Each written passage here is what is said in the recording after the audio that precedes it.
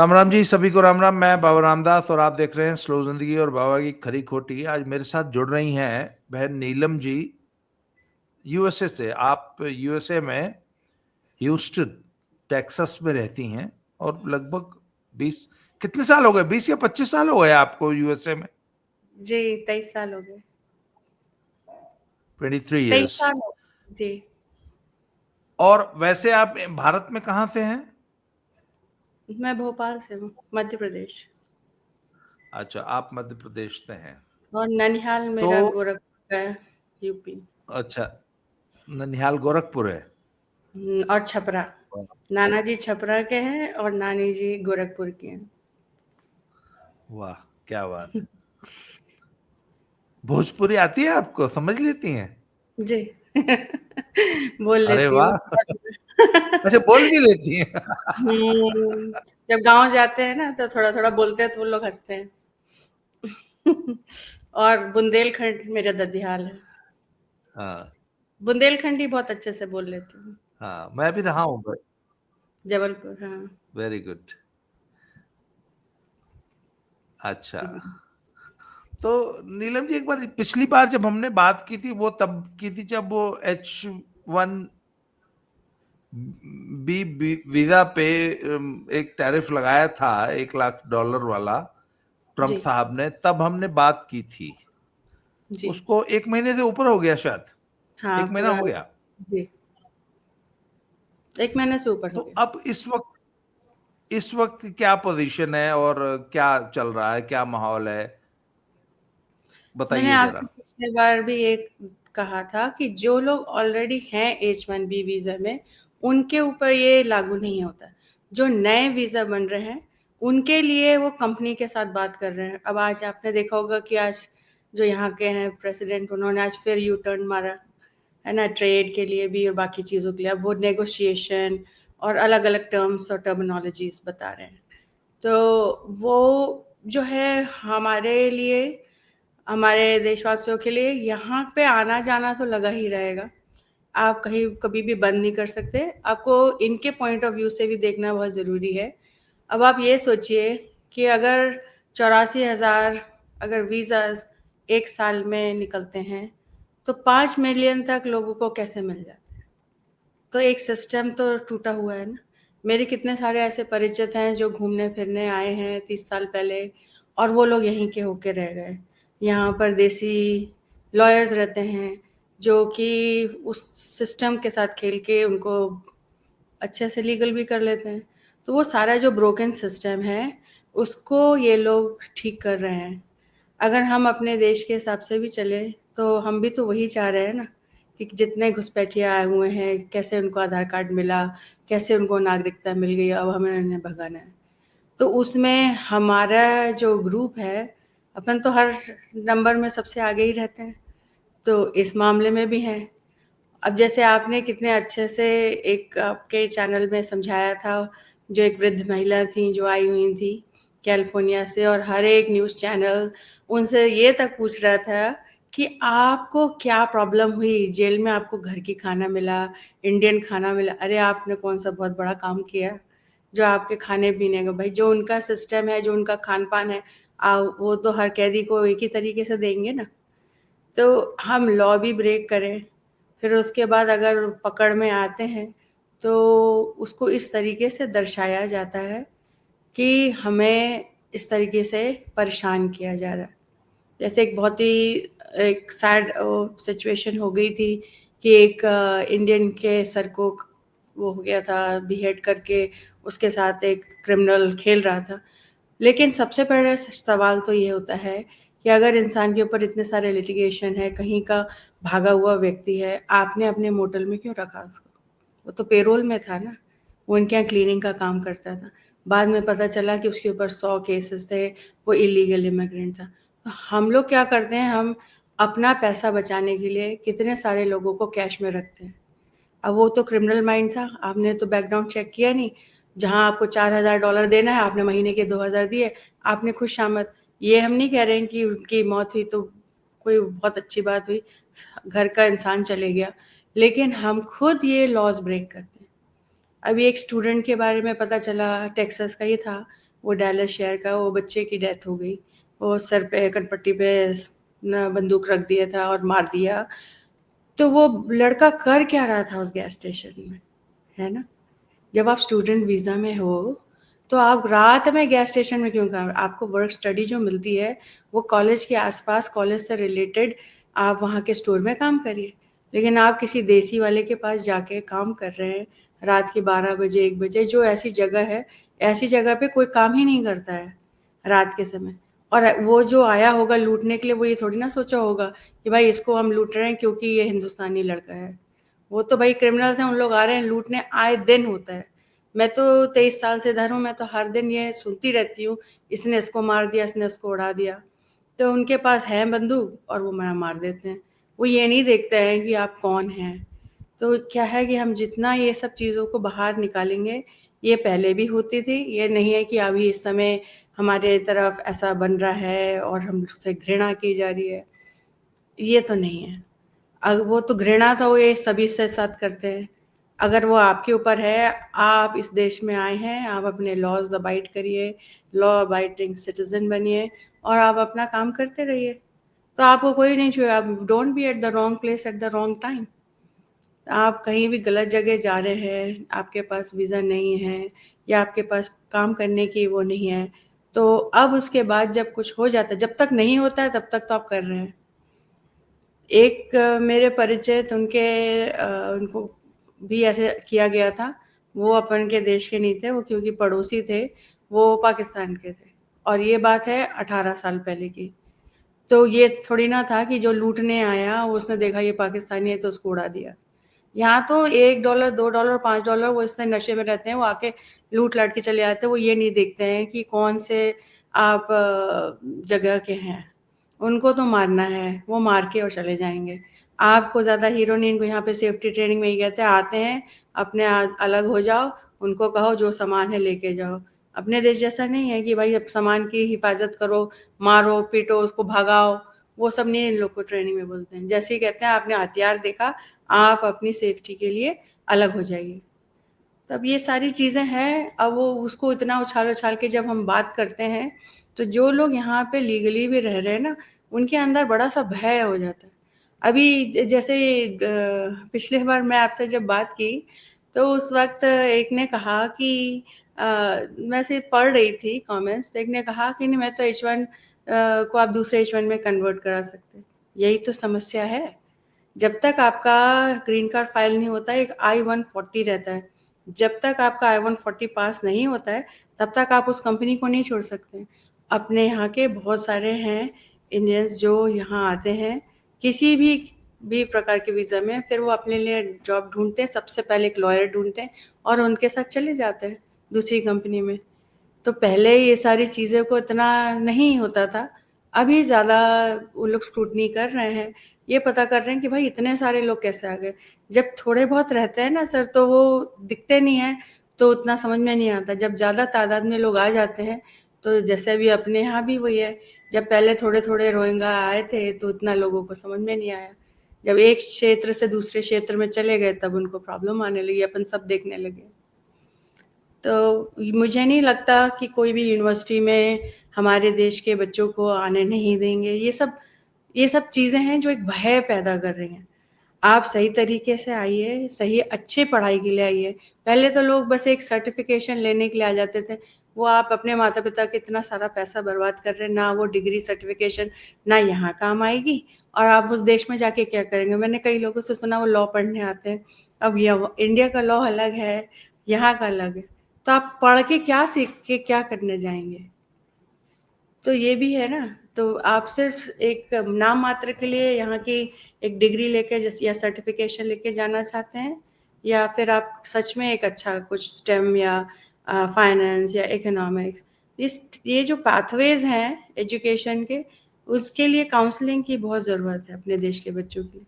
Unnecessarily पैसे माँ-बाप को इतना खर्च करते हैं। अब जिनके पास बहुत है, जिनको ऐसे कि बस एक एक सील लगाना है कि हम बाहर से पढ़ के आए, तो उनकी बात अलग है। लेकिन जो लोग यहाँ पे लोन और ये सब लेके आते हैं, उनको तो मैं यही कहूँगी कि आप ऐसे कोर्स को करके जाइए जो वहाँ भी काम आए, अगर यहाँ नहीं नौकरी मिले। और स्टूडेंट वीज़ा में आने का मतलब ये नहीं होता कि आपको यहाँ पे नौकरी मिलेगी, तो वो भी है समस्या। आप वहाँ जाइए, फिर जॉब लेकर आप इधर आ सकते हैं, तो सबसे बेस्ट तो यही है। नहीं, नीलम जी मुझे एक बात बताइए, हमारे यहाँ समाज में एक बहुत बड़ा ऑब्सेशन है कि यहाँ इंडिया में कुछ नहीं हो सकता और यूएसए चले जाओ, वहां तो डॉलर जो है पेड़ों पे लगते हैं, बस बोरे में भर के डॉलर, और बस वहां तो लाइफ बहुत इजी है, बहुत कूल है, वहां बहुत मोटी कमाई होती है, वहां की लाइफ बहुत कंफर्टेबल है, वहां बहुत मोटे पैसे कमा के हम बस साल 2 साल में ही करोड़पति हो जाएंगे। ये मिथ जो है कुछ सालों में टूटा है, और मैंने सुना है कि वहां अब कमाई भी बिल्कुल नहीं रह गई है, महंगाई बहुत ज्यादा हो गई है, एक मतलब सब कुछ बहुत ज्यादा महंगा हो गया है, प्लस फ्यूचर बड़ा अनसर्टेन हो गया है। तो आप मुझे ये बताइए कि ये वहां की लाइफ बहुत आसान है और बहुत आसानी से पैसे कमाए जाते हैं, और पेटी जॉब्स में भी बहुत अच्छे पैसे बनते हैं, और पेटी जॉब्स खूब मिलती हैं। तो कनाडा में तो ये हुआ कि अब जॉब्स मिलती ही नहीं है, पेटी जॉब या कोई भी जॉब ही नहीं है, वहां तो आपको रहने खाने के लाले पड़े हुए हैं। यूएस में इस वक्त क्या पोजीशन है? तो सर ऐसा है, जो एक वीज़ा के ऊपर आता है जो बंदा या बंदी, तो उस इंसान की तो बढ़िया जॉब रहती है क्योंकि आप H1B में आ रहे हैं। लेकिन वो मानसिकता हम लेकर आते हैं यहाँ पर कि कैसे भी करके जो डिपेंडेंट वीज़ा में है ना, उसको भी जॉब मिल जाए। अब डिपेंडेंट वीज़ा तो लॉफुली आप काम नहीं कर सकते हैं, बहुत बड़ा क्राइम है। लेकिन ये देसी लोग को ढूंढ लेते हैं। ग्रोसरी स्टोर है, गैस स्टेशन है, मोटेल्स हैं, तो वो लोगों का आपसी में लेन देन सिम्बायोटिक रिलेशनशिप हो जाता है। You scratch my back, I scratch yours. तो हम आपको नौकरी पे लगा देंगे, हम आपको चेक नहीं देंगे, हम कैश देंगे। तो घर पे ये लोग जो है कैश लेकर आ रहे हैं 2-4 हज़ार डॉलर, तो इनके लिए तो बैठे ठाले तो बहुत अच्छी कमाई है, इतना तो 2 लाख रुपए महीना आपको भी मिलेगा नहीं। तो ये लोग इस काम में बड़े खुश हो जाते हैं। देसी देसी के लिए जॉब ढूंढ के देता है, अपने ही मोटल में, गैस स्टेशन में, ग्रोसरी स्टोर में, हेयर सलोन में, छोटे छोटे जो फैमिली ओन्ड बिजनेस होते हैं उसमें मिल जाती है, बहुत आसानी से मिल जाती है। आज भी मिलती है क्योंकि वो देसी देसी का पर भरोसा करता है। खान-पान एक होता है, बातचीत एक होती है, समझा देता है भैया ये कर लेना। तो ऐसा बहुत लोग करते हैं, जो कि बहुत इल्लीगल है। जब ये आइस वाले बस्ट करते हैं तो सबसे पहले पकड़ में आते हैं। अब जब ये बोला जाता है कि ये लोग आए गए थे H1B में और ये वापस आ रहे हैं, तो इनके परिवार से कोई पकड़ में आया, फिर वो धरपकड़ किसकी करेंगे? जिसको वीज़ा दिए थे, उसकी भी नौकरी जाती है और ये पूरा परिवार लेके भेज दिया जाता है। स्टूडेंट्स के साथ भी यही हो रहा है। और ये एक आपका तो शो इतना अच्छा पारिवारिक शो है, लेकिन ये इसको अलग नेगेटिव नहीं लेना। और ये मेरे सब इंडिया के बच्चों से एक उसको एक आप फीडबैक समझ के लेना। लड़के या लड़कियां यहाँ आते हैं, सबसे पहले ये सोचते हैं हमें कोई गोरा गोरी मिल जाए, ये इनसे दोस्ती बना लेते हैं। ये चाहते हैं कि कैसे भी करके इनके साथ हम रहने लगें, हम इनकी वजह से करने लगे, रहने लगे। तो ये यहाँ पर ये काम हमारे देश के बच्चे कर रहे हैं और बहुत सालों से देख रहे हैं, क्योंकि मैं तो स्टूडेंट थी जब यहाँ पे थी, मैं तब से भी देख रही हूँ और अभी भी देख रही हूँ। मैं आपको इतना बता सकती हूँ कि ये चीज़ मैंने अपने यूनिवर्सिटी में भी देखा था। ये करते हैं लोग, और ये ज़्यादातर लड़के लोग ये, और फिर उसके बाद कई बार होता है ना कि ये लड़का नहीं मिल रहा कहीं, या कहीं पे पिट गया या कुछ हो गया, फिर ये लोग तंग आ जाते हैं यहाँ के बंदे। ये बोलते हैं कि ये तो बात ही नहीं करना है इनको। कितने सारे रोज़ एक क्राइम चैनल आता है, उसमें इवन जो मैरिड हैं, वो ढूँढ रहे हैं, वो प्रेडेटर्स हैं। मैं आपको एक चैनल दे देती हूँ, आप उसमें देखेंगे, आपको शर्म आएगी कि पढ़े-लिखे, अच्छी जॉब करते हुए मैरिड लोग कर रहे हैं ये काम। सिर्फ़ ये सोच के रख लिया है कि हमारी कोई एक इच्छा है, उसको पूरी करनी है। इस तरीके से बहुत सारी प्रॉब्लम्स आ जाती हैं इन पे। रही बात जो आपने क्वेश्चन किया कि पैसे कमा लेते हैं, टू बी वेरी ट्रू, ऐसा है, मिलते हैं पैसे। यहाँ पे ऐसा कोई इंसान नहीं है कि जो मैं अभी कल आपका एक शो आया था, वो मैं, क्योंकि मैं आपको बहुत अच्छे से फॉलो करती हूँ, अपने जितने भी नेशनलिस्ट यूट्यूबर्स हैं, वही आपने बहुत अच्छा प्रोग्राम रखा था जिसमें आप एक बात कर रहे थे कनाडा की लाइफ के ऊपर।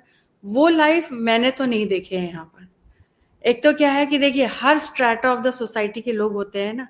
जैसे अपने हिंदुस्तान में ऐसी कोई सी बात होगी जो आप बोलोगे नहीं यार, ये तो हमारे लिए बहुत अजीब बात है, ये मेरे हमने नहीं अनुभव की। लेकिन ऐसे कुछ कुछ हैं तो जो बहुत ही छोटे तबके के, आपको ये अपने देश में भी वहां पर हो रहा है। छोटे छोटे शहर के लोगों के पास उनको महंगे फ़ोन चाहिए हैं, उनको अच्छे कपड़े लेने हैं, अच्छी जगह खाना खाने जाना है।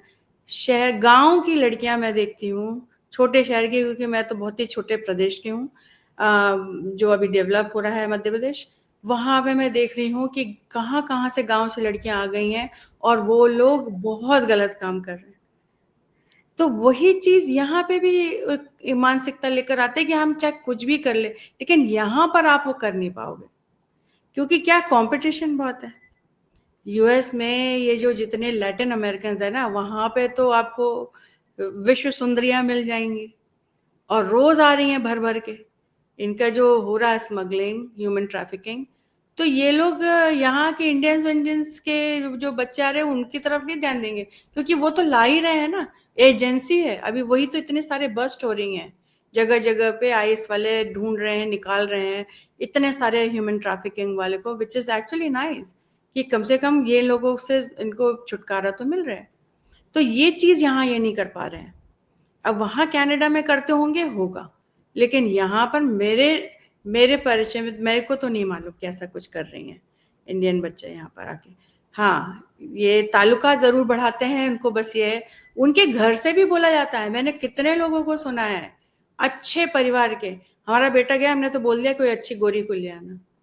ये जो एक स्टिग्मा है ना कलर का, और उनके दिमाग में है कि ये लोग बड़े सुपीरियर होते हैं, तो ये अपने बच्चों को बोलते हैं कि वहां जाके ना यहाँ की चीज मतलब यहाँ के लोगों के साथ संबंध नहीं रखो, वहां की गोरियों के साथ आप संबंध, या गोरे के साथ संबंध। और इवन यहाँ पे जो लीगली भी आते हैं, वो ये ढूंढते हैं कि हमारे जो बच्चे हैं, वो क्या है कि एक थ्योरी ऑफ एक्सेप्टेंस होती है ना, उसमें वो ब्लेंड हो जाना चाहते हैं कि घर में कोई गोरा जमाई आ जाए या क्या गोरी बहू आ जाए तो हम इस कम्युनिटी के साथ ब्लेंड हो जाए। लेकिन बैक टू मनी, हाँ, जो आप वहाँ पे 25-30 हज़ार, मैं मेरी एक फैक्ट्री है मध्य प्रदेश में, वहाँ पर एक वर्कर के जो रहता है, हेल्पर के, इंजीनियर्स बच्चे आ रहे हैं मेरे पास काम करने के लिए। और कई बार बड़ी शर्मिंदगी होती है कि कोई इंसान बीटेक एमटेक करके आ रहा है और वो बोल रहा है कि आपके पास 15,000 की भी नौकरी हो तो दे दीजिए। अभी भी हो रहा है। और उसके, वो मैं ये नहीं कहूंगी जो अच्छे कॉलेजेस से पढ़े उनको तो प्लेसमेंट मिल जाता है। ये जो माँ बाप की ड्रीम्स होते हैं ना, हमारे बच्चों को तो इंजीनियर ही बनाना है, कोई प्राइवेट कॉलेज, छोटे छोटे कॉलेज से उनका प्लेसमेंट नहीं होता है, फिर वो आते हैं वही छोटे जॉब्स देखिए, ले। उन्होंने तो, ऐसे स्टूडेंट्स ने और ऐसे पेरेंट्स ने जानबूझ के अपने पैरों पे कुल्हाड़ी मारी जी, है। बिल्कुल बिल्कुल। हमारे यहाँ तो, हमारे यहाँ एक तो प्रोडक्शन बहुत ज्यादा है इंजीनियर्स जी का। और जी जब से ये कपिल सिब्बल जब शिक्षा मंत्री थे तो उन्होंने एक पॉलिसी बनाई थी कि कोई भी एरू गैरू नत्थू खैरू कोई भी इंजीनियरिंग कॉलेज खोलना चाहता है, बिल्डिंग बनाओ, हम तुमको मान्यता दे रहे हैं, चलो जी इंजीनियरिंग कॉलेज चलाओ। और आज की तारीख में कम से कम मैंने अपने पंजाब में देखा है, हजारों हजारों इंजीनियरिंग कॉलेजेस बंद हो गए और उनकी बिल्डिंग्स जो है वो खंडहर बन रही हैं। जी और जो थोड़े बहुत चल रहे हैं वो क्या करते हैं, किसी को भी, मतलब जो मेरे यहाँ हल जोतता है मैं उसको भी, उसका भी इंजीनियरिंग में एडमिशन करा दूंगा। अच्छा, वो जी। पढ़ाते भी कुछ नहीं, कुछ नहीं, वो कोई सिर्फ, अप्लाइड स्किल नहीं है उनके पास, कोई तो अप्लाइड जब स्किल्स। उनके पास कुछ कोई स्किल नहीं है ना, उनकी एजुकेशन, हम्म। उनको अपनी फील्ड का कुछ आता ही नहीं, जी तो आखिर उनको जॉब देगा कौन? अच्छा, उनकी प्रॉब्लम है कि एक तो वो जॉब उनके पास है नहीं और ना वो सीखना चाहते हैं कुछ। हाँ, भैया सीखना नहीं स्किल चाहते अगर हैं। नहीं है तो कम से कम जी, सीख तो लो। बिल्कुल, बिल्कुल। वो सीखना नहीं चाहते, ये आपने बिल्कुल सही कहा। और वो आलसी हाँ, भी होते जा रहे हैं, अपने यहाँ के जनरेशन आलसी। जो है। पर अगर वो हम उनसे कहते हैं कि क्योंकि मैंने बीटेक की एक फर्जी डिग्री ले ली है तो मुझे 2 लाख की जॉब दे दो भाई। हाँ, पंद्रह बिल्कुल। हजार पे मैंने ज्वाइन करके सीखूंगा नहीं कुछ। और हुँ, मुझे एक बात बताइए, आजकल जो रेडी लगाने वाले हैं ना, जी, वो भी 1,000 रुपये रोज कमा रहे हैं। जी। जो लेकिन बस ये है जी, तो बीटेक अगर 15,000 रुपये नौकरी कर रहा है। अच्छा, हमारे यहाँ स्कूलों में ना इंटरव्यू देने बहुत सारे बीटेक्स आते थे, फिर हमने एक हुँ। पॉलिसी बना ली कि बीटेक की खबरदार, बीटेक की तो एप्लीकेशन भी नहीं लेनी, क्योंकि ये एप्लीकेशन तक नहीं लिख सकते हैं। खैर छोड़िए, वो एक अलग विषय हो सर, वो जाएगा। तो मैं आपसे ज़रूर एक अलग विषय में ज़रूर बात करूँगी, क्योंकि आपका एजुकेशन लाइन है और ये मेरा एक बहुत बड़ा सपना है कि आफ्टर 2 इयर्स यहाँ पे बस मेरा थोड़ा आपसे जो थिंकिंग थोड़ा-सा चेंज है, वो इट इज़ नॉट मैचिंग। मैंने ये सोच के रखा है कि जो एक गुरुकुल बनाऊँ और वहाँ पर जो मैथ और साइंस पढ़ाए ना, वो अपने ये जो यंग एस्पायरिंग इंजीनियर्स हैं या जो उन्होंने अच्छे से इंजीनियरिंग की, उनसे करने के लिए, या फिज़िक्स या नहीं, मैथ, लेकिन उनको अच्छी एजुकेटेड तो हो ना। थरो मैं ट्रेनिंग दें मैं और करिकुलम हम्म, उनको वो करे, ताकि उससे क्या है कि उनको कंटेंट नॉलेज भी रहे और एप्लीकेशन स्किल रहे। क्योंकि क्या है, बच्चे पढ़ जब जा रहे हैं, अभी भी ये हाल है कि टीचर स्किल्ड नहीं है और रियल लाइफ एप्लीकेशन ज़ीरो है। तो बच्चों इसको का जो इंटरेस्ट है ना, वो मैथ, साइंस, फिज़िक्स में है ही नहीं। उनको ये सिखाना ज़रूरी है कि आप इसको, इस जो है नॉलेज को आप कहाँ अप्लाई करना चाहते हैं। ये चीज़ जो है आज भी हमारे देश में मिसिंग है और ये चीज़ को हम लोग ही फिक्स कर सकते हैं कि ताकि ये लोग कहीं बाहर ऐसे परेशान ना हो, क्योंकि ये जनरेशन बिल्कुल लॉस्ट है। दूसरी बात ये है कि ये बहुत लेड बैक भी है। No offence to anyone, but जो मेहनत हमारे माँ-बाप हमसे करवाते थे, मतलब ना नहीं बोल पाते थे, अगर ये उठा के रखना है तो उसी समय रखना है। और अब जब मैं जाती हूँ तो मैं देखती हूँ कि बोलते रह जाते हैं, वो कहते हैं रख देंगे, कर देंगे। तो हम क्या है, अपने जो मोटर स्किल्स है ना, उसको डेवलप ही नहीं कर पा रहे हैं। और जब बच्चों का मोटर स्किल्स डेवलप नहीं होगा तो आप उसके सॉफ्ट स्किल्स भी नहीं डेवलप कर पाओगे। उनकी स्किल्स एप्लीकेशंस ज़ीरो हैं। तो लेकिन हाँ, ये है कि यहाँ पे जो लोग आते हैं उनका सपना लेके, तो वो यहाँ कमा रहे हैं। इन्फ्लेशन रेट तो बहुत बढ़ गया है, जैसे मैंने पिछली बार भी आपसे अच्छा, कहा था ये कि महंगाई जो यूएस में हुई है, इसका कारण क्या है भाई? महंगाई के दो ही कारण होते हैं, या तो डिमांड ज्यादा है, प्रोडक्शन नहीं है, इस वजह से चीजें महंगी हो गई, या टैक्सेस बढ़ गए। आखिर यूएस में या पूरे यूरोप में ही मैंने सुना है, उधर वेस्टर्न वर्ल्ड में बहुत ज्यादा महंगाई बढ़ी है, कारण क्या है? तो यूरोप की इकोनॉमी और इकोनॉमिक स्ट्रक्चर और अमेरिका का तो बहुत ही डिफरेंट है। इन्फ्लेशन रेट इसलिए बढ़ा है यहाँ पे क्योंकि लेबर कॉस्ट बढ़ी है और लेबर कम हुई है। तो क्या है कि जो पहले जो चीप लेबर और लेबर वीज़ा जो लैटिन अमेरिकन कंट्रीज से मंगाते थे, जैसे अब मैं एक छोटा सा एग्जांपल देना चाहती, जो मेरे पास जैसे यार्ड करने वाले जो आते थे, वो नदी पार से आता था, वो चले गया। अब वो $50 में कर देता था, हर 2 हफ्ते में आता था। अभी जो है, जो यहाँ के बंदे से करवा रही हूँ, तो वो $80 लेते हैं। तो इन्फ्लेशन समझ में आ रहा है, लेकिन क्यों आ रहा है? क्योंकि भाई यहाँ का ही रेट है। वो कर देता था, वो कैश में मांगता था, वो 5-6 घर थे यहाँ पे जो उनके घर आके करके चले जाता था। तो ये है, लेबर भी कम हुई है। जो वो वाली लेबर थी वो तो भगा दी गई है। जगह जगह पे आप देखेंगे यहाँ पर कि वो बोल रहे हैं कि हेल्प वांटेड, वैकेंसीज खुली हुई हैं और लोग नहीं मिल रहे हैं। यहाँ के बंदे नहीं करना चाहते हैं वो, और जो वहाँ से करते थे तो वो लोग को हटा दिया गया है। तो ये भी समस्या है। फिर जो इनके जो लो पॉवर्टी लाइन वाले थे वो पढ़ने लगे, वो अब उनकी कॉलेज में जाने की संख्या बढ़ रही है, तो वो ये वाला काम नहीं करेंगे। जैसे आज की तारीख में जब अपन कोई बड़े शहर में हिंदुस्तान में जाते हैं, तो वहाँ पर काम करने वाली नहीं मिल रही हैं।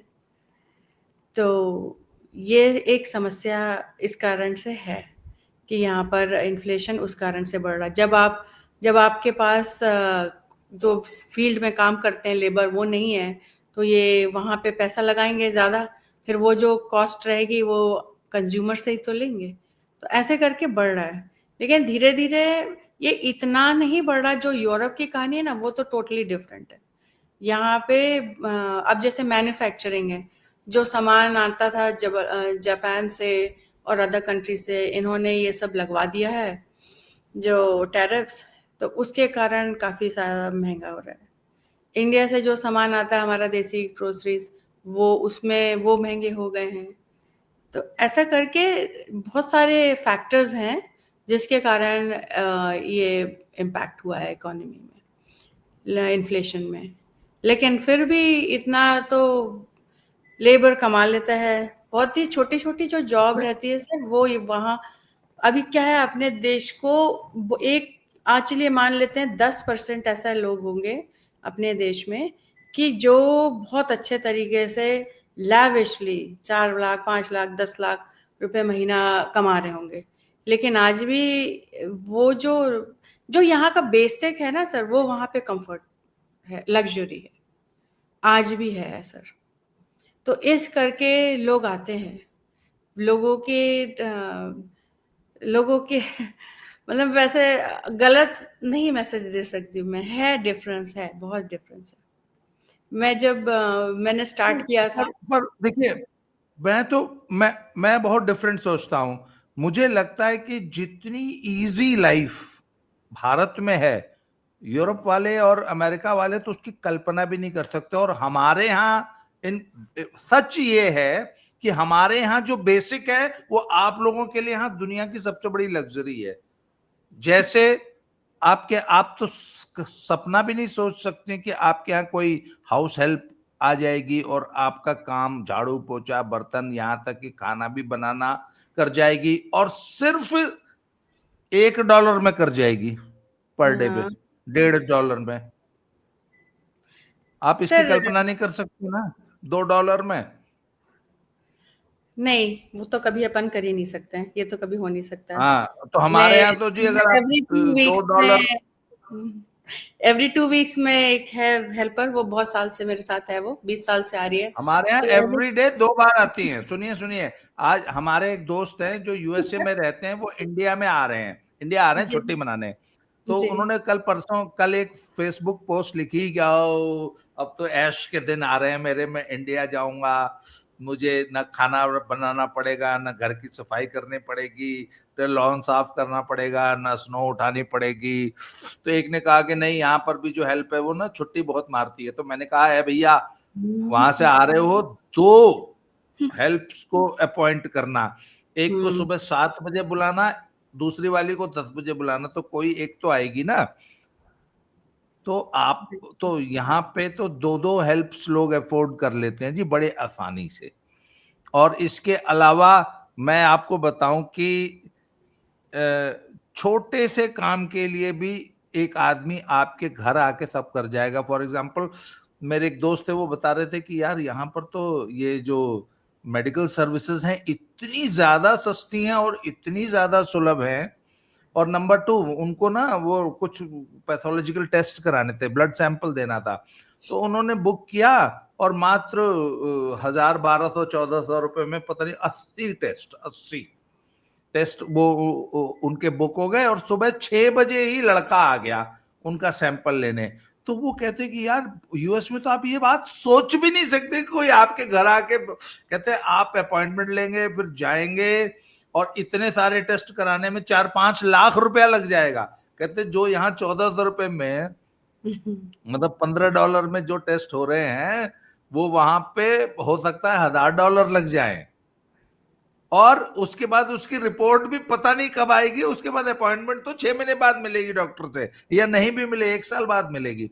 तो देखिए, मैं बोलता हूं कि जो हमारे यहाँ बेसिक है वो आपके यहाँ लग्जरी है, मैं आपको बता रहा हूं। और आज का हिंदुस्तान जो है ना जी, वो हर फील्ड में यूरोप से कंधे से कंधा मिला के चल रहा है। कोई हम्म ऐसी ऐसी कोई सुविधा नहीं है। You name a facility, you name a luxury, जो मैं यहां चुटकियों में आपसे 10 गुना कम दाम में अरेंज कर दूंगा। अच्छा आप बताइए ऐसी कौन सी लग्जरी है जो यूएस में लग्जरी है और हमारे यहां नहीं है? भारत में एक भी सर्विस बता दीजिए आप, एक भी ऐसी चीज बताइए, बताइए आप लग्जरी कहते किसे हैं, बताइए। वो नहीं कह रही हूँ सर, मैं ये कह रही हूँ कि यहाँ पे जो एक लेबर क्लास भी रहता है ना, तो उसके पास ऐसी बेसिक नेसेसिटी जो है, जो वो इंडिया में उसको लग्जरी कहते हैं। जैसे अब एक एक सबसे जो नीचे स्तर का जो क्लास 4 वर्कर काम कर रहा है, वो अगर एक 2 बेडरूम के अपार्टमेंट में भी रह रहा है ना, तो उसके घर में एसी है, ठीक है? उसके पास पानी की 24 घंटे सुविधा है, उसके यहाँ ये सारी चीज़ें हैं। तो वो ये चीज़ें कब लेगा क्लास 4 वाला? जैसे सपोज़ अगर आपके पास जो एक हेल्पर आ रही है या आ रहा है, तो उसके लिए एक सपना है कि वो ये सारी चीज़ें अपने घर पे कर सके। ये जो मेरे यहाँ काम करने आती है हर 2 हफ्ते में, उसके उसको वो बढ़िया गाड़ी में आती है, वो अपना बढ़िया काम करके जाती है, उसके पास एक घर है, उसके घर में सारी सुविधाएं हैं, सारा कुछ है। तो क्या होता है कि जब ये इंडिया से आते हैं, अब जैसे हमारे पास तो ये सारी चीजें सुविधाएं थी, और फिर हम इधर आए हैं, हम अपने दूसरी चीज की वजह से आए। लेकिन जो लोग अभी स्टार्ट कर रहे हैं, हम उनके साथ मुकर नहीं सकते और उनके साथ आर्ग्यू नहीं कर सकते कि नहीं नहीं तुम्हारे यहाँ पे कुछ नहीं रहेगा। तो क्या है कि the other side of the horizon is always greener, right? So वो क्या करते हैं कि यहाँ आके बड़े खुश हो जाते हैं। मैं ये नहीं कह रही हूँ कि हमारे देश में नहीं है, बहुत अच्छा है, सब कुछ बढ़िया है। मैं तो अभी जब लास्ट ईयर अयोध्या गई थी, तो मैं तो रोड्स देख के ही मैं अपने बाबा जी का तो इतना धन्यवाद की कि क्या यूपी को उन्होंने कर दिया है। तो वो सारी चीजें, मतलब इतना आनंद आता है कि गांव से निकल रहे हैं, अयोध्या के गांव से, और पक्की सड़क है। मतलब वो सब जो है ना, देख के एक अंदर से जो एक खुशी मिलती है, वो तो खैर उसका अपन डिस्क्राइब नहीं कर सकती हूँ मैं।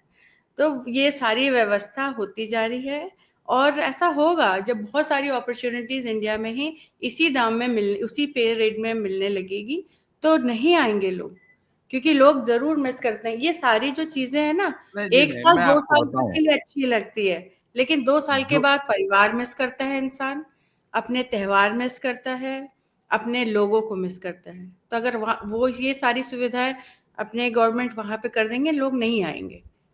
जी सर, आप कुछ बोल रहे थे। देखिए मैंने एक चीज देखी है कि अमेरिका में जाके, कनाडा में जाके हमारे बच्चे जो कि यहाँ अपने से एक गिलास पानी तक नहीं लेके पीते अपने घर में, उनकी माँ उनको बिस्तर में जो है नाश्ता कराती है, वो वहां जाके 18-18 घंटे लेबर से, जो हमारे यहाँ का, मेरे एक मित्र थे वो यूके में रहे हैं 10 साल इलीगल, तो वो दिहाड़ी लगाते थे, वो दिहाड़ी मजदूर की तरह उन्होंने 10 साल काम किया वहां।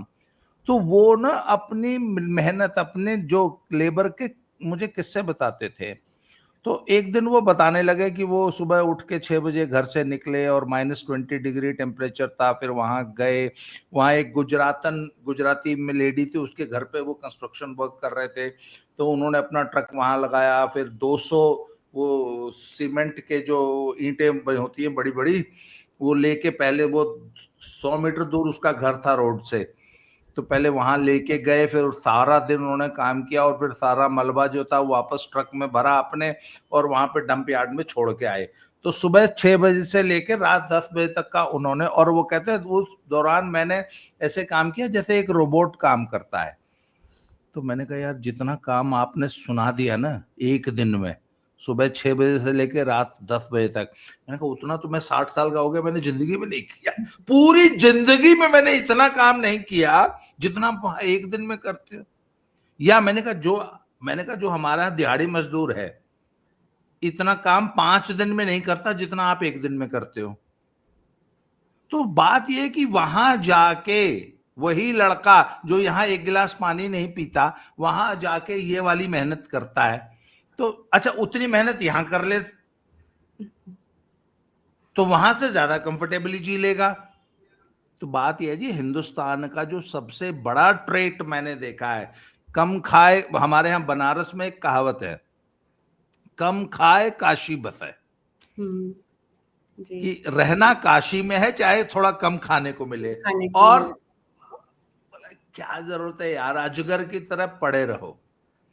अजगर जो है हफ्ते में 10 दिन में 15 दिन में एक बार खाता है और फिर पड़ा रहता है, उसको जरूरत ही नहीं पड़ती। तो बात ये जी, हमारा तो, हम हिंदुस्तानियों का तो अजगर वाला एटीट्यूड है कि ठीक है यार, कूल है लाइफ हमने है। तो बहुत मेहनत करी सर, इंडिया में भी और इधर भी, तो हमको बहुत अच्छा लगता है।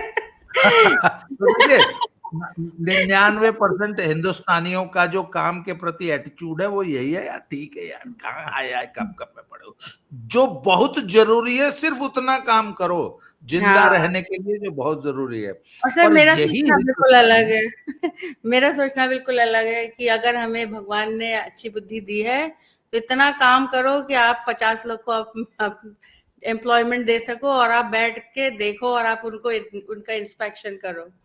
तो I had that attitude back in India, और यहाँ पर भी मेरे साथ वही है कि तो मैं बिल्कुल उस जी, टाइप का काम मैंने ढूंढा, और उस टाइप के काम भी 23 साल से कर रही हूँ, जहाँ पे मुझे, उतनी इसलिए मेरे मेहनत, लिए ये सब काम नहीं है, लेबर और ये वो, सिर्फ दिमाग का ही खा रही हूँ। सुनिए, विदेशेषु जितनी धनम मेहनत, विद्या, वयस्नेषु धनम मति, है ना? तो ये चीज जो है, विदेश में सिर्फ अगर धन है, वो है विद्या। वो उस विद्या को जी लेकर इधर आई, और वो ही विद्या से अभी मैंने स्टार्ट किया था सर 98 में, जब मेरा पीएचडी हो रहा था। तो मैंने 4 लड़कियों को एजुकेशन स्पॉन्सर किया था। आज की तारीख में मैंने 32 लड़कियां स्पॉन्सर कर चुकी हूँ, और मेरा गोल लाइफ का है 100 बिफोर आई डाई।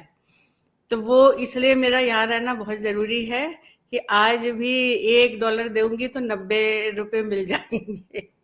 तो उस जी काम के लिए, और थोड़े दिन बाद मैं आपसे ज़रूर उसकी मदद भी लूंगी, क्योंकि आपका जो बैकग्राउंड है और आप हमेशा स्कूल के बारे में बोलते हैं, वो काम तो मुझे आपके ही अंडर योर सुपरविजन मुझे वहाँ पे स्टार्ट करना है। एक इतना अच्छा गुरुकुल जहाँ पे सब कुछ है, अप्लाइड स्किल्स हो, और अपन को ढूंढना है ऐसे कौशल, ऐसे स्किल्स, ऐसे लोगों के जो बच्चे वाकई में बहुत इंटेलिजेंट है, और उनको अपन स्पॉन्सर करें, और वहीं पे ही अपन वर्क बेस्ड एजुकेशन दे, जो मैं यहाँ करती हूँ। जी 150 करियर पाथवेज अपन क्रिएट कर सकते हैं, 150, जी। नॉट जस्ट 1 और 2। तो लेकिन दोनों ही साइड बहुत सुंदर है। इंडिया तो है ही, तो इससे अच्छा कोई क्या हो नहीं, सकता है देश इंडिया तो जी देखिए वाकई बहुत सुंदर, और भारत बहुत तेजी से ग्रो कर रहा है, और यहाँ पे जो ग्रो करना चाहता है उसके लिए भी एम्पल अपॉर्चुनिटीज हैं, बहुत सारी ओपनिंग्स हैं। और जो यहाँ पे कुछ नहीं करना चाहता और सिर्फ मस्त रहना चाहता, उसके लिए भी बहुत अपॉर्चुनिटीज हैं, कुछ ना करके भी वो बहुत कंफर्टेबल जिंदगी भारत में जी सकता है। तो भारत तो धरती का स्वर्ग है और रहेगा। आपने मुझे बिल्कुल। समय दिया, इसके लिए बहुत बहुत आभार। आज की चर्चा को वहीं समाप्त करते हैं। अगली बार आप जो बच्चों के लिए कर रही हैं उस पर विस्तार से चर्चा करेंगे कि हम यहाँ जी पे बच्चों के लिए और क्या कर सकते हैं। जी सर। तो आज आपने समय दिया, बहुत बहुत आभार। दोबारा मिलते हैं किसी नए टॉपिक के साथ। Thank you very much. जय श्री राम, हर हर जय महादेव। श्री राम, हर हर